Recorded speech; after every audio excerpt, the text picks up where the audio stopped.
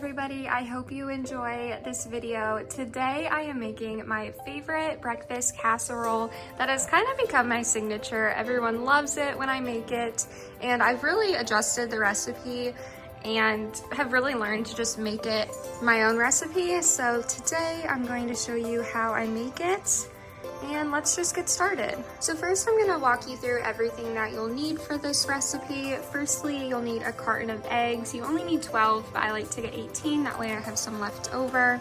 You need 1 cup of heavy whipping cream, 1 full bag of hash browns. I get these in the frozen aisle, 1 bag of shredded sharp cheddar cheese, and then cream cheese. This was a pack of 2, I already used the other one, but you only need 1 pack. And then diced ham. And when I first started making this, I only used 1, but as I've adjusted the recipe over the years, I've learned that I like 2, because double the meat is the best in this recipe. And then lastly, you will want something to spray in the pan. I use spray butter, and then salt and pepper. I actually don't have regular salt right now, but this works fine, and pepper. Okay, so the first step is to pour the hash browns into a bowl. I don't quite have a bowl that's big enough, so I have 2, just because I'm gonna have to put it in 2 or else it will just overflow.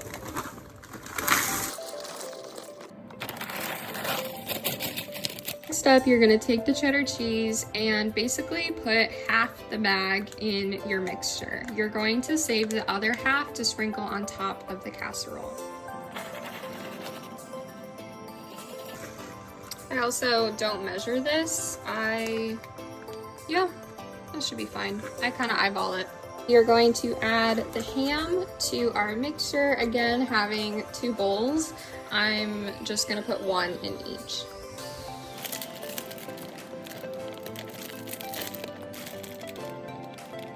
Just gonna take a fork and mix it all together and get ready to add some salt and pepper, which I'm not going to measure either because I just eyeball it. Some pepper. Should be fine. Now some salt. So now is the most difficult part of this recipe. Basically, we are taking the package of cream cheese and cutting it into small chunks to fold in to our mixtures. And it's kind of hard to get it to mix well, but just try your best.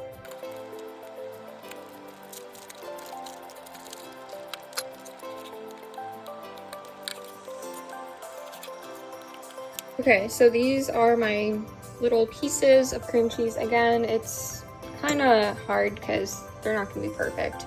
But what you're going to do is pretty much just put them all in here and then use a fork to kind of mash them and fold it into the mixtures.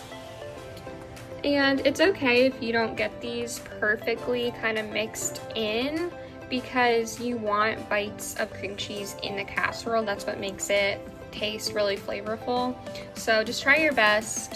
I'm gonna put the camera down and kind of really mix this together. Okay, so I mixed it all together and this is what it looks like. So now we are going to spray the pan and transfer it to the pan.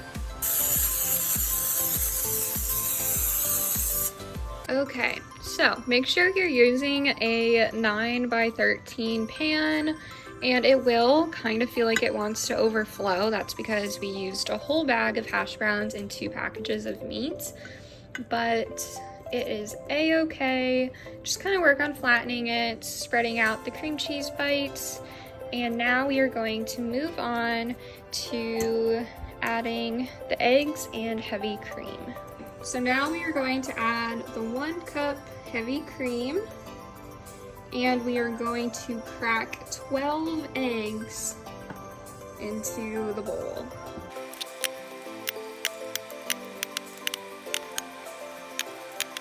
Okay, so now that the 1 cup heavy cream and the 12 eggs are in the bowl, you're going to whisk it all together.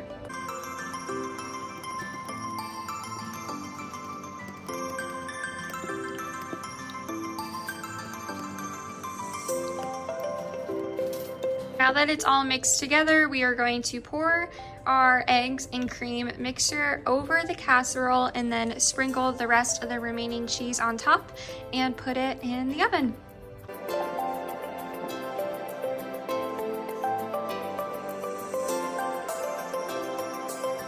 You can kind of take a fork and just move it around to make sure that the egg mixture is on top of all parts of the casserole. We check the corners.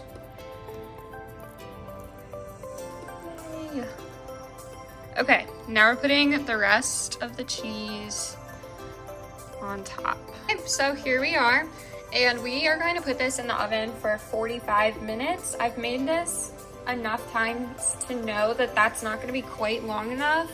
We are pretty much going to check it at 45 minutes and then probably add an additional 15 minutes, but I'll show you at that point what it will look like.